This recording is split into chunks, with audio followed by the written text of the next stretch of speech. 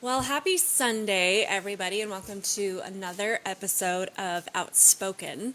It has been another crazy week. I think that we all kind of hope that things will calm down between, where we can each kind of have a little bit of a break.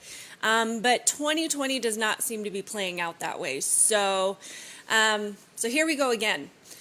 The first thing that I wanted to touch on today was a debate, and not the debate that you would think that I want to talk about, not the boxing match between President Trump and Joe Biden. And I think we're all still kind of wondering what the heck happened. I mean, if we're being honest, I know I had higher expectations for that debate, but I guess after all is said and done, maybe the expectations were met. So the debate that I actually did want to touch on today was the one between Senator Cory Gardner and former Governor John Hickenlooper. So if you want the short, abridged version summary of this debate, basically Cory Gardner mopped the floor with John Hickenlooper. It was quite amusing to watch. Cory Gardner, I mean, what I do appreciate about this debate is that there wasn't name calling and mudslinging, and they weren't throwing real punches at each other. And there wasn't a bunch of interrupting and yelling over the moderator. It was an actual debate where we could actually hear the positions between the candidates. So it was refreshing in that sense. But in their opening statements, Cory Gardner, he talked about his long record of accomplishments. He has passed more legislation into effect than the entire Colorado congressional delegation combined, and he's the third most bipartisan member of the United States Senate. And that's always the impression I've had of Cory Gardner. I still haven't really been able to figure out why so many people dislike him. I feel like he really is somebody that gets in there and he works for the people. He does what the political office is supposed to do, and that's to be a public servant and really address the issues. He talked about how they recently broke ground on the Arkansas Valley conduit to provide 50,000 people with clean drinking water. He talked about the Environmental Act. Can't remember what it's called. I'm sorry, I have it written down here somewhere. But he went into all the things that he's done, and pretty much every time I see something from Cory Gardner, he's out there working. He's out there, working with the rural communities. He's working with, just various industries to really find out what they need and really, how to benefit people. And he doesn't really talk about, the right or the left. He gets in there and gets things done. So it was a great opening statement. And of course, John Hickenlooper, when he started out talking, his strongest counter argument to Cory Gardner was by reminding us about how much we don't like President Trump. And he had to start out talking about the pandemic and the failure of the response of the pandemic and how the virus is still raging, because of course the left really does rely on fear to get our attention and to bring us into whatever it is that they want to talk about, so that we've got this fear and we're so scared about what could potentially happen that we just have to do what they say. So of course he had to go into talking about Trump's failing in his COVID response. But my question is, if John Hickenlooper really feels that he is the better choice for Colorado, that he's better for Colorado over Cory Gardner, why does he feel like the most effective way he can bring voters in is to remind them of how much we don't like President Trump? I think it's more important, especially in these local races where, we're really talking about the people of our state, to remind our elected officials that this is a debate between local representatives. It's not a debate between Hickenlooper and Trump. It's not a debate between Cory Gardner and Joe Biden. And even in some of these, as I said, I'm running for House District 1 in Denver, and thankfully my opponent did not bring up President Trump, but some of the other debates with other Denver candidates, people were specifically asking these local, state House candidates and Senate candidates their thoughts on President Trump. And, we have to understand that we have multiple different offices in government for a reason. And my campaign is not President Trump's campaign. My opponent's campaign is not Joe Biden's campaign. And what our local representatives, their job is to get into their communities and talk about what their communities need. So it's kind of distracting to constantly be talking about our president when we really need to know what it is that you're going to do for the people directly around you. But I thought it was actually kind of amusing because Cory Gardner brought up how John Hickenlooper is the first governor of Colorado to violate, I believe, the state's constitution. And when he had an ethics hearing, he failed to show up for that, and he used money from 9/11, a post 9/11 response or economic recovery. A post 9/11 recovery fund to fund his lawyers. And John Hickenlooper came back and said, well, that was just a paperwork error, and it's not. And even Governor Polis has said that it was an honest mistake. So I thought that was kind of an interesting way to start the debate. But in John Hickenlooper's comments, he was talking about how the response from President Trump in the COVID situation and his task force has been incompetent. And this coming from a man who just said that, violations to the state constitution were that of a clerical error. So to call the task force incompetent is amusing, to say the least. And, I think it's interesting because the task force consists of people who are literally experts in their field. We have Dr. Fauci, who has served as the director of the National Institute of Allergy and Infectious Diseases since 1984. Dr. Deborah Birx, who has served as the global AIDS coordinator for both President Obama and President Trump, and has been at the head of the coronavirus task force. Dr. Scott Atlas, who was the chairman of neurology at Stanford's Medical School and a senior fellow at the university's Hoover Institution. Jerome Adams, a vice admiral in the U.S. Public Health Service Commission Corps and is currently serving as the Surgeon General. Dr. Ben Carson, he's a retired neurosurgeon. At the age of 33, became the youngest chief of pediatric neurosurgery in the United States in 1984. Joe Grogan, director of Domestic Policy Council. Larry Kudlow, director of National Economic Council. Chris Lydell, White House deputy chief of staff for policy coordination. Robert Redfield, director of the Centers for Disease Control and Prevention. And Seema Verma, administrator of the Centers for Medicare and Medicaid Services. So this is the task force, and these are just a few members of that task force that President Trump coordinated to address this crisis from all angles, all while Joe Biden was calling him racist and xenophobic for closing down travel, and Nancy Pelosi was traveling to Chinatown telling people not to be afraid.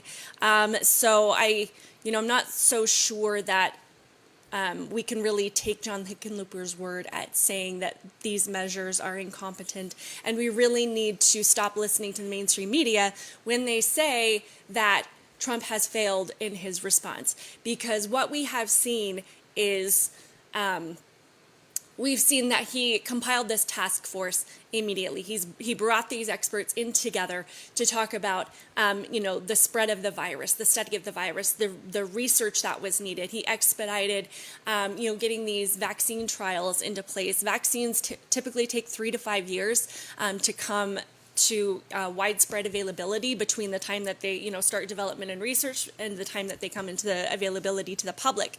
And this is something that's going to happen in less than a year, removing red tape and bureaucracy so that people could have access to telehealth and not have to put their health at risk by going to the doctor's office. And increasing these medical service availability, getting testing ramped up at an extraordinary level. And people keep saying that the response has failed, and I fail to see how exactly, what they would have done differently when at the time that these things were happening, they were calling President Trump out for inciting fear and telling him that he was overreacting. So it's a little strange to hear that, but That's kind of the way the entire debate between Cory Gardner and John Hickenlooper went. Cory Gardner being able to talk about his record and the things that he's done on a bipartisan level to really address the issues for Coloradans. And the only thing I can really see on John Hickenlooper's record is the constant private jet travel to Sweden, to various areas of the world on the taxpayer dollars dime. So, it's just kind of important to do your own research and not just take things at face value, because then we really start to, we really want to put people in office that have an interest in serving our communities. Another thing I wanted to talk about today is we've seen so much speculation and just hysterics over voter fraud and really if this is an issue. The left seems to be using the pandemic as a means of scaring people away from voting in person. And they keep, especially in Colorado, they talk about how we have, everybody should be able to vote by mail. Well, the truth is Colorado really does have an exceptional vote by mail method. We do have a lot of secure measures in place to ensure that the ballots that come in are verified, the signatures are verified. So we do really have kind of the gold standard as far as voting by mail, but that's not applicable to every single state. So to continue to say that what we have here in Colorado means that everywhere should be able to vote by mail on a widespread level is just, it's a little bit disconnected from reality. But the left keeps trying to say that voter fraud is not an issue, and I really have, I've really noticed how they've become kind of the party of gaslighting, basically, trying to tell you that the things that you see right in front of you, if you do see issues of voter fraud happening, if you do see absentee ballots being thrown away, if you do see people receiving duplicate ballots or ballots for people that are deceased, they still try and tell you that voter fraud's not an issue. And it makes you really kind of question, well, it's right in front of me. I'm seeing, instances of voter fraud happening and issues with ballots, invalid ballots being sent out, and they still say, no, it's not an issue. So to me, that's concerning in and of itself. I mean, we do see this happening. I was looking at an article recently, if I can find it, yes, from the New York Intelligencer. I'm pretty sure that's not a word. But we've got this article here, and it says 100,000 Brooklyn voters possibly got ballots with the wrong names on them. Almost 100,000 Brooklyn voters might receive absentee ballots with someone else's name on them, meaning their votes would not be counted, according to officials. The New York City Board of Elections on Tuesday blamed a vendor single print run of ballots for potentially disenfranchising tens of thousands of voters. So, this is just one instance right here where, we're trying to get mass mail-in voting out to people and not even the right names are on them, which would invalidate these ballots. In Wisconsin, authorities investigate trays of mail, absentee ballots found in a ditch. And we know that President Trump brought this up in his debate. He said ballots being thrown in a river. And, the mainstream media keeps trying to nail him for using the wrong word. They're like, well, what river? I believe it was Jim Acosta? He kept, during his the press briefing with Kayleigh McEnany, he kept saying, well, what river? I want to know what river. And I can't remember if it was specifically Acosta, but it was somebody that they were focusing in on the fact that he used the word river. Well, I want to know the river. Honestly, I believe this is what he was referring to, was this instance in Wisconsin where police are investigating how 3 trays of mail, including absentee ballots, ended up in a ditch in Wisconsin, a swing state whose voters could prove crucial in the upcoming elections. So it just happens to be a swing state where these ballots were thrown in the ditch. So it was a ditch, not a river. But that's still a problem, whether it's a ditch or a river or a dumpster or a landfill. If you find trays of absentee ballots missing, that's a problem. In another instance, in Luzerne County, Pennsylvania, the FBI is investigating. I do not believe I have this article up, but that's okay. The FBI is investigating after several ballots were thrown away by election staff. Authorities say 9 Pennsylvania military ballots were thrown away, 7 of which were for President Donald Trump. In addition to those ballots, officials found 4 empty absentee ballots whose contents were found at an outside dumpster. So we really have to look at whether or not this is happening. We cannot just take things at face value. And another thing that the left keeps trying to say is that mail-in voting is the same as absentee ballots, and it's not. Absentee ballots, it's, you know, for people that are in the military or people that travel a lot for work, and they specifically request a ballot to be sent to them because they will not be at their residence at the time of the election. Widespread mail-in voting is just basically taking these massive voter lists and mailing a ballot to every single person on that list, which, as you can see, presents a lot of issues. You could end up with the wrong name on the ballot, or you could end up with ballots that are being misplaced and thrown out. There's a lot more opportunity for fraud and for, not having all of these votes counted. And this is not a means of scaring people or, trying to create some kind of conspiracy theory. It's not a conspiracy theory when you have the instances right in front of you. This week we saw Jenna Griswold, who is the Colorado Secretary of State. She kind of got herself into a little bit of trouble this week. I saw an article maybe like a week ago, and I was trying to find it, but a bunch of people were reporting getting postcards encouraging them to go register to vote. But a lot of these postcards were addressed to people that were deceased, that were not registered voters or were not eligible to vote, that were illegal immigrants. And I believe about 750,000 of these postcards went out. So I really, didn't think much of it. I'm not sure why they would be encouraging people that are not eligible to vote. But it turns out that these postcards came from, that they were issued by Jenna Griswold's office, encouraging people to vote. So the story came out, and people were, wondering kind of what happened. And then the story was retracted for whatever reason from a local news organization. But I did see this video. Ken Buck went on with Laura Ingraham to talk about kind of what happened. I'm just going to play a little bit for you if I can get the volume up here. Is it on there? The feds investigate the Colorado Secretary of State. So this is Laura Ingraham. She's talking to Ken sending Buck. voter registration cards to non-citizens and dead people.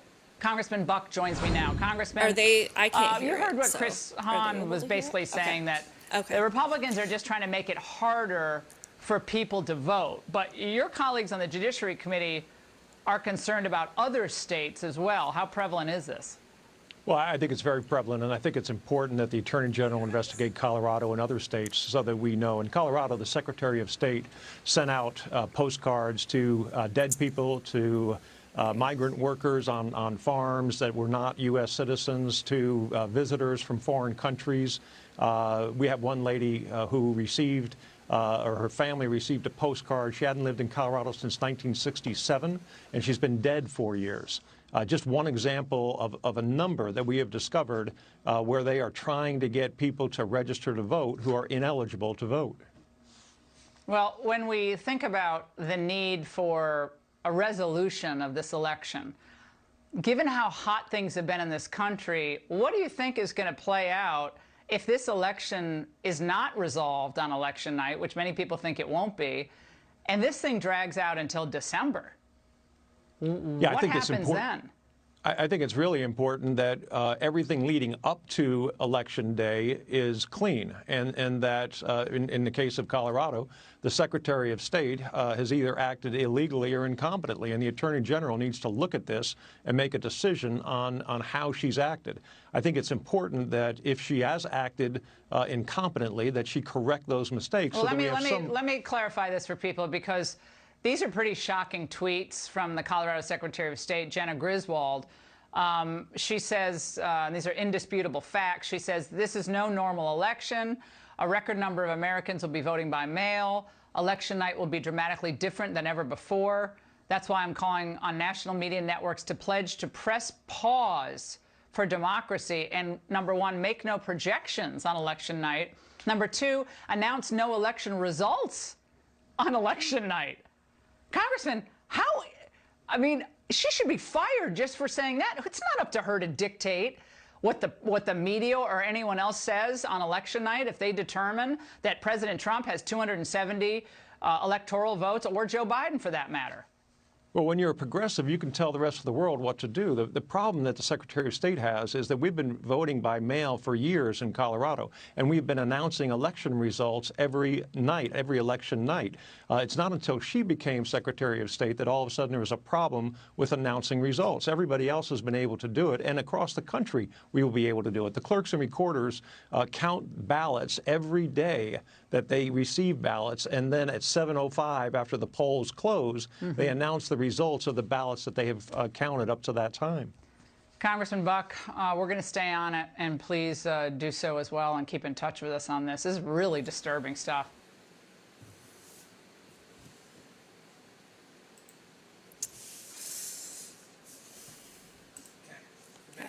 All right. I thought that was really interesting. And from this video, from this situation, so, you know, as Laura Ingraham and Ken Buck are talking about, you know, these tweets that Jenna Griswold put out there, the funny thing is that she deleted them not long after she put them out. But thankfully, I did get the entire thread as screenshots because I thought the whole thing was just insane.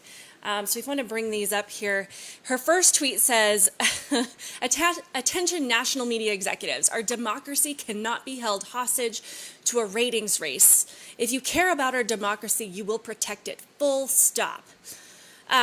So, you know, she's putting in there, if you care about our democracy, because we always have to call in, you know, whether or not people care. It's always about whether or not you care. And they determine what that looks like if you care. If you do this, you care. If you don't do this, you don't care.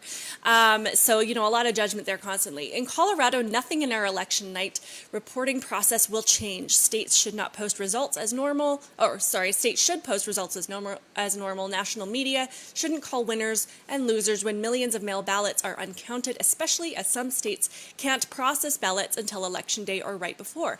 I'm sure they're going to have trouble reporting those ballots if they are in a ditch or in a dumpster. So I can understand the concern there, Ms. Griswold. In the coming days, I will ask election administrators, voting rights organizations, media ethicists, corporations, religious leaders, and all concerned Americans to stand with me in demanding media executives press pause for democracy. She's making quite the demand. I'm not really sure what authority she has to make those demands on a national level to all of mainstream media to behave in a certain way that is different from any other election that we have done. She says, that's why I'm calling on national media networks to pledge to press pause for democracy and 1, make no projections on election night, and 2, announce no election results on election night. Indisputable facts. This is no normal election. A record number of Americans will be voting by mail. And 2, election night will be dramatically different than ever before. We need an unprecedented plan from the media for how they will cover an unprecedented election. We are in the middle of a pandemic, and the President of the United States has telegraphed that he may claim victory on election night, even when millions of ballots have not been counted. I thought this was just absolutely insane. She's telling the entire media across the nation that we need to come together and agree that we are not going to announce this election. We are not going to make any predictions. We are all going to come together in solidarity and completely do away with how we've done things in the past. This is how unglued people are. And as you know, I know we watch on TV and we see how messy things get with Nancy Pelosi and Chuck Schumer and Jerry Nadler and Adam Schiff. And we think that the sense of being just completely unglued and hysterical about President Trump being in office and the potential outcome of this election. We think it's happening just in Washington, D.C. As we can see, it happens right here in our own backyards in Colorado. We have, even our own Secretary of State is just frantic at the possibility of President Trump being elected, and they want to make sure that every possible ballot that's been mailed in has been scraped from the bottom of the barrel. And I completely agree, but I'm not sure how many ballots they are going to be able to get from all of the dead people that they have been encouraging to vote. So it'll be interesting to see how it plays out, but I think we just need to be aware that, voting in person is the most surefire way to make sure that your vote is counted accurately. We have been able to, across the country, during this pandemic, we've been able to take safety measures while going to the grocery store. Colorado kept our alcohol and weed stores open. There's a lot of businesses that have made that have taken additional measures to keep people safe and healthy just to be able to go to the store and get a gallon of milk. So I think that something as important as a presidential election, they should be able to put those measures in place and employ some of the same standards that they've been harping about for months, saying that we all have to adhere to. I believe that they are fully capable of putting those things in at polling places. So, I would think that would be a significant enough event where all of these other measures that they've been saying we need to put into place can be carried out for an election.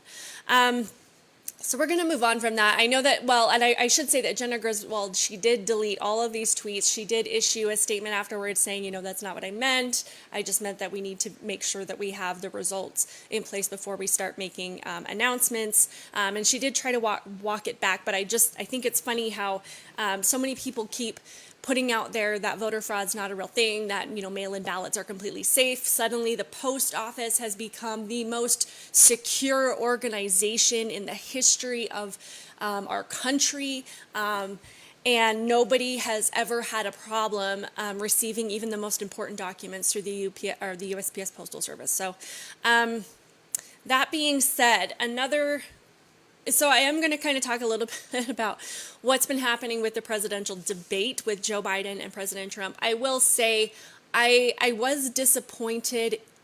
First of all, I was shocked that Joe Biden was able to last for 90 minutes, standing up with his eyes open for that long. There were a couple of times where I legitimately thought that he fell asleep. And then Chris Wallace woke him up, by saying his name and asking him a question. President Trump, I was disappointed in the fact that he didn't just cite more of his record, the things that he has done, because he does have an indisputable record, no matter what the mainstream media tries to tell you. More people, pre-pandemic, more people have gone back to work. The median household income went up. We have border security. We have, more secure trade deals with China, and we were able to expand our trade between Mexico and Canada, which are beneficial to all everybody in our country. We have seen, he has addressed the disparities that people see in education and in some of these lower income communities by creating opportunity zones, by providing funding to historically black colleges.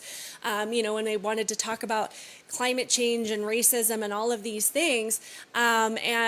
We've seen a lot of work being done in this area, and I was just really surprised that he didn't actually just stand up there and list all of the things that he's done, while Joe Biden was standing there calling him a clown and a racist and telling him to shut up. But one of the issues that there have been two main issues coming out of this debate that people have been focusing on. One, Trump denouncing white supremacy, which he has done many, many times, and this issue of packing the court. And a lot of people have been talking about packing the court, and I think most of us kind of, don't really have a real clear idea of what that means, and it's not, an insult to anybody's intelligence. I had a general idea, but I really wanted to look into it and make sure I understood what that means. So basically, what is the job of a Supreme Court justice? The Supreme Court justices, they are there to be a guardian over the Constitution and to interpret the law and rulings based on our Constitution and to ensure equal justice under the law. But the Constitution is always the foundation, and they are supposed to be textualists, people that really take the Constitution literally.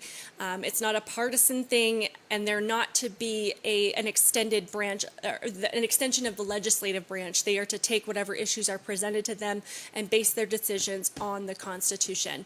So currently there are 9 Supreme Court justices. It has been that way for 150 years. There's no law saying that it has to be 9 Supreme Court justices. That is just the way that it's been. But so when it comes to why someone would want to change the law or increase the number of Supreme Court justices that we have, it's important to ask why. What are the intentions of wanting to have more Supreme Court justices? Or in other words, what are your intentions in packing the court? So in the debate between President Trump and Joe Biden, Joe was asked several times if his intention was to pack the court. And unfortunately, because Chris Wallace was there to buffer difficult questions and to keep keep Joe from having to really answer anything important, he was pressed by President Trump on answering the question, but he was not pressed by Chris Wallace. And the reason is because he does intend to pack the court. So with the nomination of Amy Coney Barrett, the focus from the left has been that she is pro-life and she plans to help overturn Roe v. Wade. In reality, that is not a thing that's going to happen, but the Democrats are trying to scare everybody, again, using this fear tactic, scare everybody into this idea that they're going to overturn Roe v. Wade, that we're not going to have abortion access anywhere in this country anymore, and that, that Amy Coney Barrett, as a practicing Catholic, is there to shove her religious beliefs down every throat in America. So that is the fear tactic that they are using right now. And that is also their defense in, why they need to pack the court, because they need to have more liberal voices in there to keep this abolishment of abortion from happening. But the real reason they want, while they're all having us look right here at the abortion issue, the real reason they want to pack the court is right now we currently have 9 justices. We have 6 conservative and 3 liberal. And we need to look at how far left the Democrat leadership in our country has gone. And when I say the Democrats, I am typically referring to Democrat leadership. I'm not talking about the voters. I'm talking about the leadership, because I do feel like the leadership in office right now is very disconnected from their actual party, because they call themselves Democrat socialists, and they really don't hold true to the original foundation of their party, at least in I think a lot of people are seeing that. So we have to look at what they've become. They are calling themselves Democrat socialists.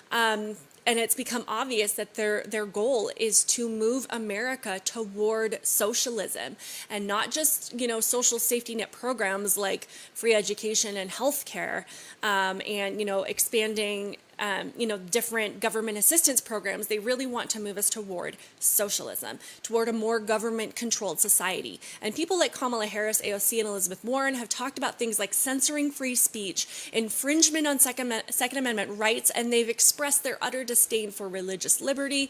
And these are all cornerstones of our Constitution, which the Supreme Court justices are supposed to be textualists, and what they're supposed to adhere to.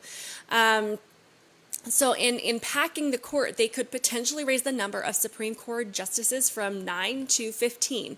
And this changes the balance of the government and changes the influence of their court to suit their goal in these fundamental principles, in changing the fundamental principles of our Constitution to carry out their goals of extinguishing our Second Amendment rights, censoring free speech, limiting or eradicating religious practice, and even going so far as to the things we see in socialist countries, like controlling private business and determining what we can charge for goods and services, and like some of the control that we have seen as a result of this pandemic, controlling income, determining essential business and services, etc. So the long-term goal of packing the court is to create this extension of the legislative branch and really start chipping away at the Constitution and removing these fundamental principles that even the radical, even people like Antifa and Black Lives Matter who are out there protesting and screaming about their injustices, if you censor free speech and you take away things like the right to protest, even they're not going to have the ability to protest against the government, which is something that you see in socialist and communist countries. So when they talk about packing the court, that is what they mean. They mean having this extra force of power to basically remove the Constitution and move us toward the socialist nation that they want us to be. And it's just another powerhouse force behind that. So when Joe Biden was asked if he would pack the court and he refused to answer the question, the reason is because he does. And let's not forget, we cannot forget this important factor. Voting for Joe Biden is not a Biden-Harris ticket. It's a Harris AOC, Warren, Schumer, Pelosi, Squad, Sanders ticket. All of the radical leftists in office right now, they want socialism, they want total government control, and that is who you are voting for. You are not voting for Joe Biden, who claims to be this moderate, which he's not. You are voting for all of these radical leftists who are really going to be calling the shots. Another issue from the debate where they kept asking President Trump to denounce white supremacy. And it's really funny. I think Kayleigh McEnany pointed this out this week, and several people have said it's so funny because they're able to catch every single tweet that President Trump puts out there. The second he hits that send button, they see it. It's like, their radars go off. They see every tweet that he puts out there. Coincidentally, except for the ones where he condemns white supremacy. He has condemned white supremacy repeatedly. And I don't know why they're focused on this fact. They're like, well, he hasn't condemned it in the last 5 minutes, so he must be for it at this point. It just blows my mind. So Chris Wallace kept asking him, do you denounce white supremacy? He says, sure. Give me a name of the group. And he kept bringing up the Proud Boys. The president didn't know who the Proud Boys were. I had never heard of them. I think most people had never even heard of who they were. So I don't understand why they were pushing him to denounce this group that he knew nothing about. So I don't know if they just want him to denounce all groups, just say, denounce the Proud Boys and denounce the Girl Scouts and denounce, whatever group they can come up with. Because apparently if they tell you it's a white supremacy group, it's got to be a white supremacy group. But what we need to focus on is the fact that Joe Biden, for all intents and purposes, he defended Antifa by calling them an idea, not an organization. Well, this idea has been burning down cities for 3 months, burning down innocent people's businesses, burning down communities, and terrorizing people. People have been murdered. People have been assaulted. People have lost everything because of this idea. And he wasn't asked to condemn them. And I don't know, in Joe Biden's 47 years in office, if he has ever condemned white supremacy. I'd be willing to look it up. I haven't seen anything, but I do have this list of several times that Trump has denounced white supremacy. In 2000, Trump denounces David Duke after declining to run as a candidate for the Reform Party. Matt Lauer asked him, what is the biggest problem with the Reform Party right now? Trump said, well, you've got David Duke.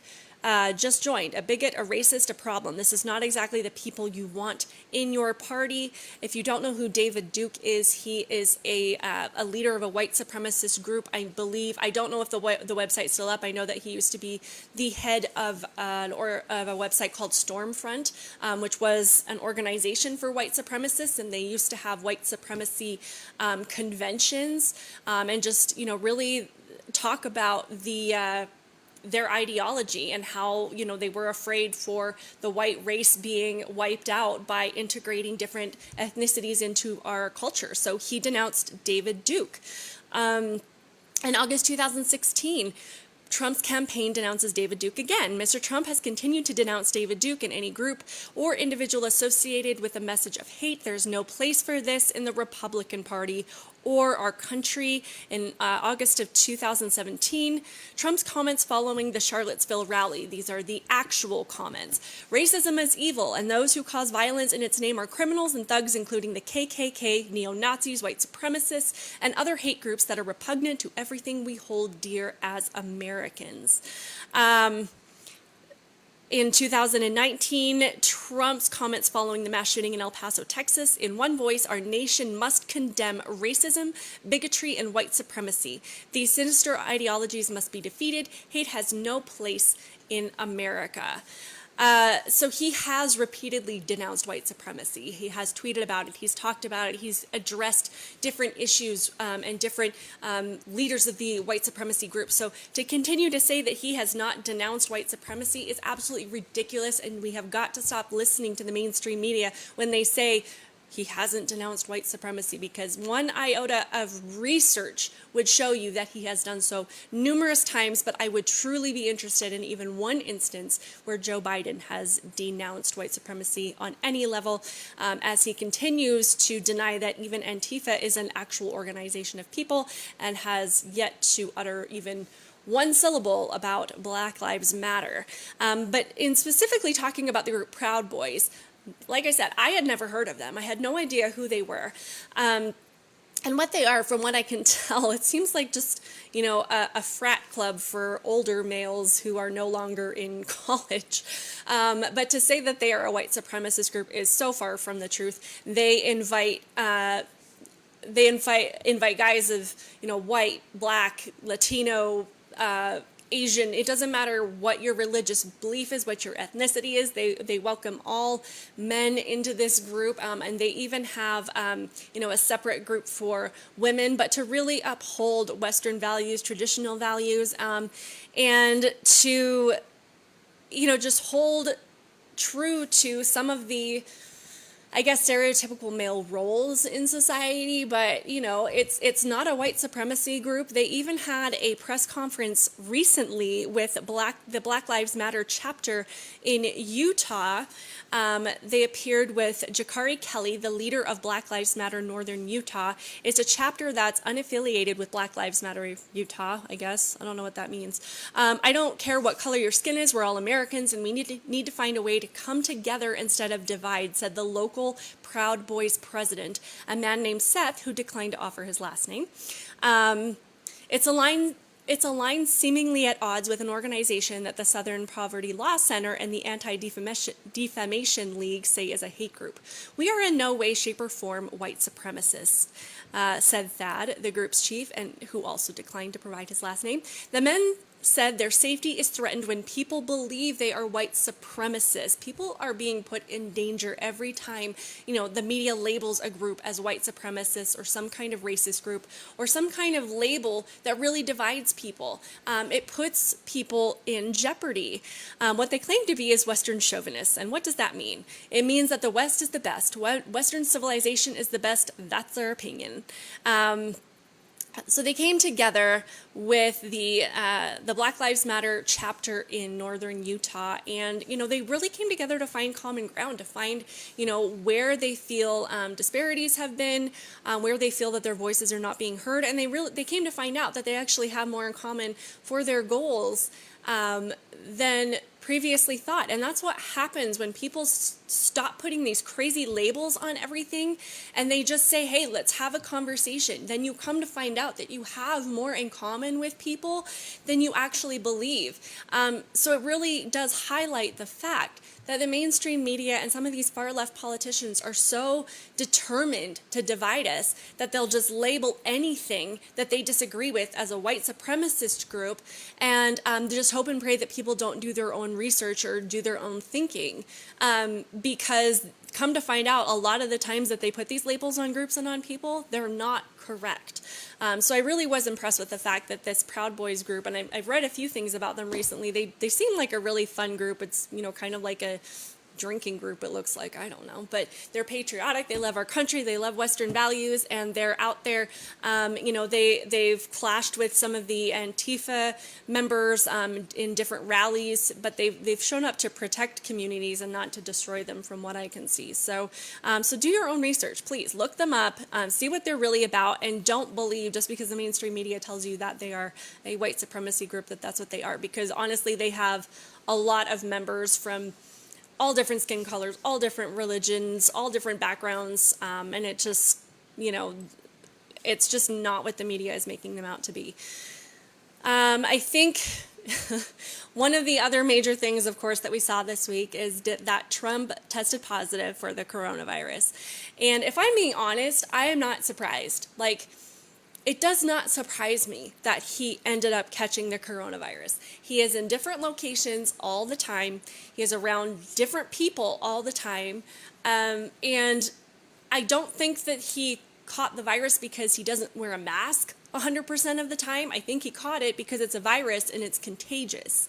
And it made me think, if we did this every flu season, just tested everybody that had the sniffles, we would probably find that a lot more people have the flu than what we realize. I mean, how often during the flu season are you walking around, and you see everybody's sniffing, everybody's coughing, everybody, we all talk to each other and we say, there's something going around, I don't know where I caught it from, but, that's how we handle it. So when, Trump, when he finally tested positive for coronavirus, and people are, of the impression that the reason he didn't take it seriously was because he didn't think that it was real or didn't think that he would catch it. That's just not the case. I think that he was fully aware that this thing is real, as demonstrated by his response in organizing a task force and staying in touch with the American people and trying to get this vaccine available to people as quickly as possible. So obviously he knows that this is real. I don't think he was ever under the impression that he wasn't going to get sick. So people, that are amused by the fact that he tested positive, I think that you probably had a bit of a misconception about what his idea of the coronavirus was. Just because he's not perpetuating the same fear and hysteria as the media, and he's not focusing constantly on deaths and people dying and all of these things, doesn't mean that he didn't take it seriously and didn't think that he would catch it. It's just the reality of the fact that we have a virus going around that is contagious. And, we're not asking whether, every single person that has caught it, can we really look at them and say, you caught it because you didn't wear a mask, or you caught it because you're around too many people? We really haven't seen any data to support that. The only data that we know for sure is that it's a virus and that it's contagious. So I've been watching the medical updates from his medical team, and it's so funny that there's so many reporters in the press that try to turn these doctors into politicians. And you can tell that the doctors, as they're trying to answer these questions and give an update on President Trump's medical condition and, kind of how he's doing as this virus progresses, they're asking them questions, and these doctors just, you can tell by the way they're answering that they're just like, I just want to do my job. I just want to get back into the hospital and do what I need to do. I don't know why you're asking me these stupid questions. It's just so funny. You can just tell that they're not used to being hammered by the press and not used to having questions asked of them that are, where the press is very obviously trying to steer them in a particular direction, because they're just like, no, that's not what I said. That's not what I meant either. I don't know why you're asking me that. So it's just kind of amusing to watch it. But of course, the press had to ask, why wasn't President Trump wearing a mask? And we've seen a couple of briefings from the hospital where it seems like he's in a conference room or something. And one of the reporters asked him, well, why wasn't he wearing a mask in the conference room? And you can clearly see that there's nobody close to him whatsoever. I don't understand why he would need to be wearing a mask when he's clearly not within 6 feet of anybody, and he's trying to convey a message to the public. We need to be able to hear what he's saying. And the doctors in this press conference, kind of reiterated that, and they said that, when he's out about in the hospital, he wears a mask, or, he wears a mask when it makes sense, as he said in the debate, whereas, he did point out that Joe Biden feels the need to wear a mask everywhere. I imagine the man sleeps in it, and it's the biggest mask we've ever seen. So it really is just a matter of common sense. Wearing a mask when you're alone in a room, there's nobody around you. I don't understand why you would need to. And there's really like I said, nobody's asking the question, if the people that are catching the virus, is it because they didn't wear a mask? It was funny, a couple of weeks ago, my husband took my kids to this hobby store, and he went in and he didn't have a mask, and the owner said, hey, you need to wear a mask, and he said, oh, I don't have one. So the owner, and I was trying to find it so I could show it to you guys, but he handed him this mask that was made of probably the thinnest material, and it was literally like it was cut out of like a square of material with two holes cut out of it that you could just slip over your face. And, this is the trust that we have put in these fine pieces of medical equipment that we've been handing out. And the problem that I've seen with the masks is, one, that we haven't had any real consistent data, as I've said, saying that, we're seeing a higher number of cases in people that don't wear them versus, people that do wear them are protected. We haven't seen any data. There's no real guidance on how to wear a mask properly or which ones do work. We have people wearing, these things, that come up over their face like this, or they're wearing cloth masks. They're made out of different material. We see the disposable ones. And there's just no consistency in it. There's no consistency in saying that anything you cover your face with is going to protect you from getting the virus. That makes no sense, and we haven't seen any data to support that. So, I have been fairly outspoken about masks. Honestly, I just feel like if you feel like you need to wear it to protect you, I have, even during flu season, we see people wear masks sometimes. And my thought is always, they probably have an underlying condition where they have to be more careful with their immune system. It's never this judgment of, oh, they're just extra afraid and they don't have a strong grasp on reality of what, a virus is. So what this, and of course, when he tested positive, I really, really hoped and prayed that people would be better at their response, especially on the left. There were people that did show a surprising level of class. I know I saw from Rachel Maddow. She's someone I actually had the pleasure of meeting a few years ago, right after they legalized marijuana in Colorado. She came out here to do a segment for that, so I did get to meet her.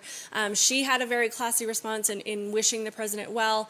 I think Joe Biden and his wife, Jill Biden, issued a statement saying, hey, we're hoping and praying for them. Of course, we know that it was probably Joe's wife that tweeted for him, because I'm not sure he actually knows how to use Twitter. But, there are people that, even on the left, that said, hey, we don't want anybody to die from this. We hope he does get better. Whether or not they meant it or not, I appreciate them putting them out there. And then there were people that, I wish I could say I was surprised. But they came out and they said, I hope he dies, serves him right. He didn't take it seriously enough. You get what you get. And it just blows my mind that we have just lost this sense of humanity. I mean, honestly, when Bernie Sanders went in and had a heart attack, were any people on the right saying, I hope Bernie dies?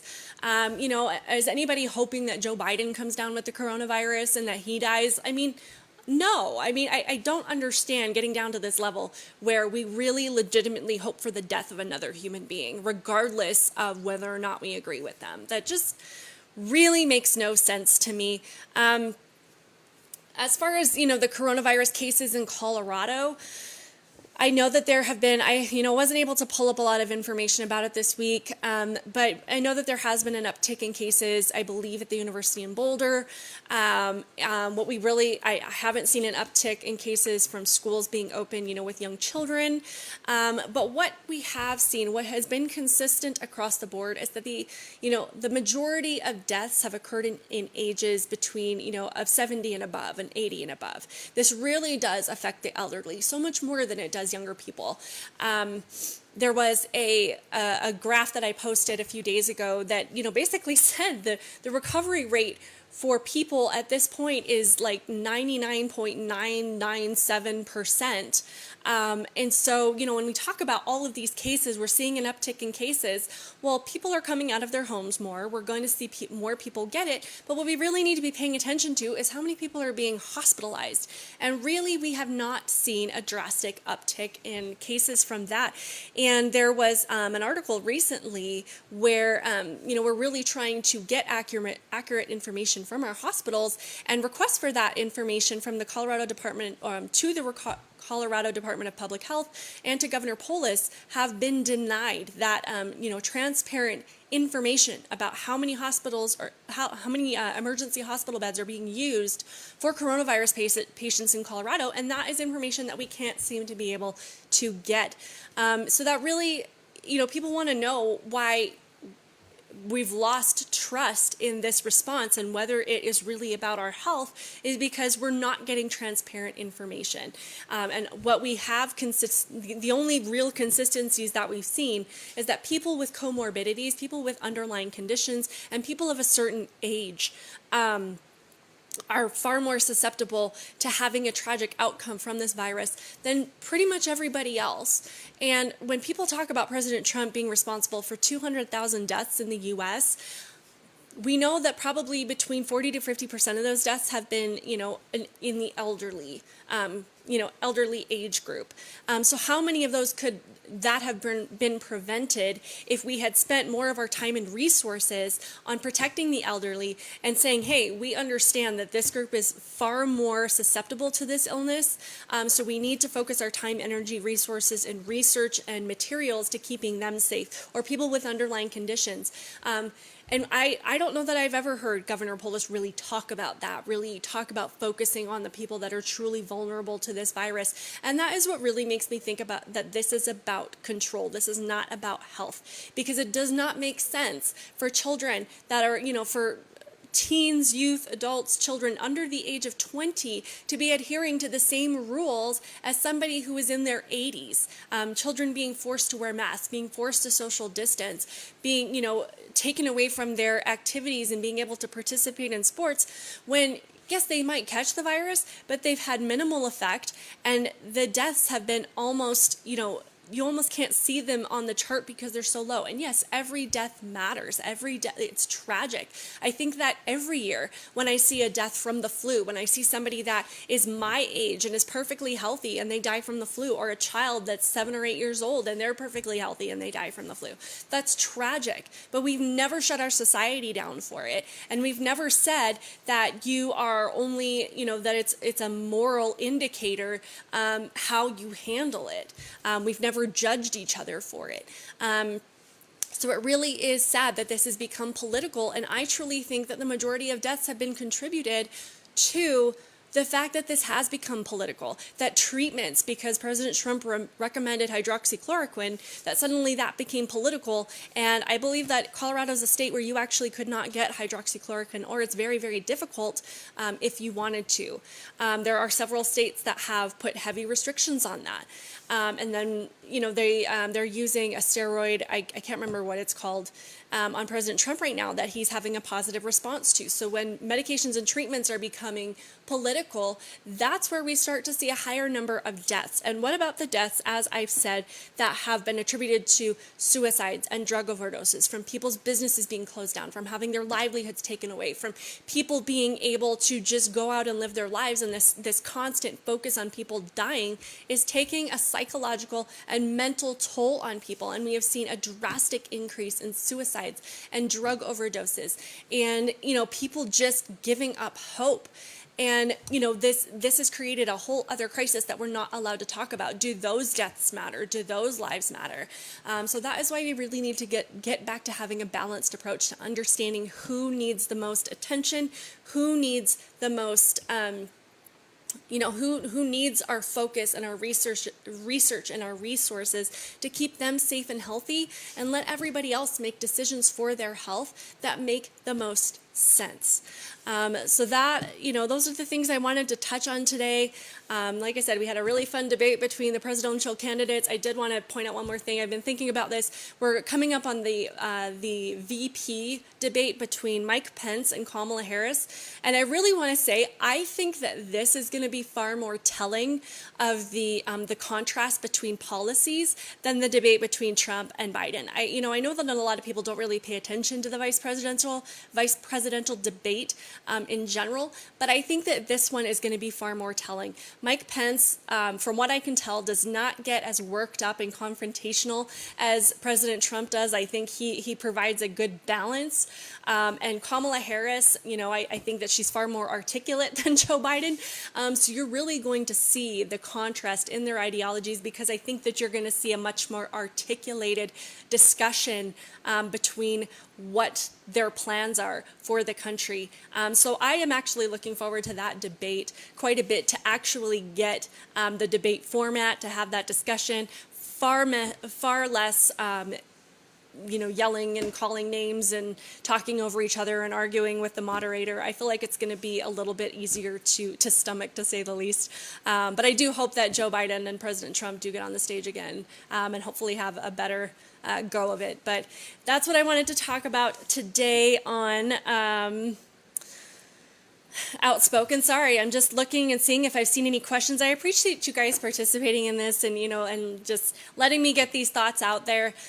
Like I said, I think that they're just, you can't have too many people speaking up for our country right now, and sharing their thoughts and just being more outspoken about our country's values, our foundation, our freedom, our individual liberty. We can't have too many people talking about that right now. So even if I reach one person or 5 people or 50 people, I hope that this helps kind of open up those discussions and really get back to what we have in common. And I hope that that common ground is based on, having our freedom and having our ability to make choices, and really focusing on the fact that as people, we are capable of doing so much more for ourselves and for each other and for our communities and for our businesses than government is capable of doing.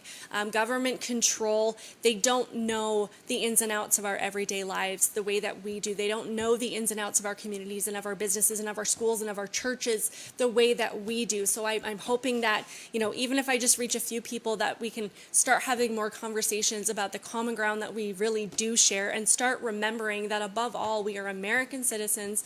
I'm hoping that we all truly want what's best for our friends and neighbors, whether we agree on who's in the White House or not, that ultimately on a daily basis, we're really looking out for each other.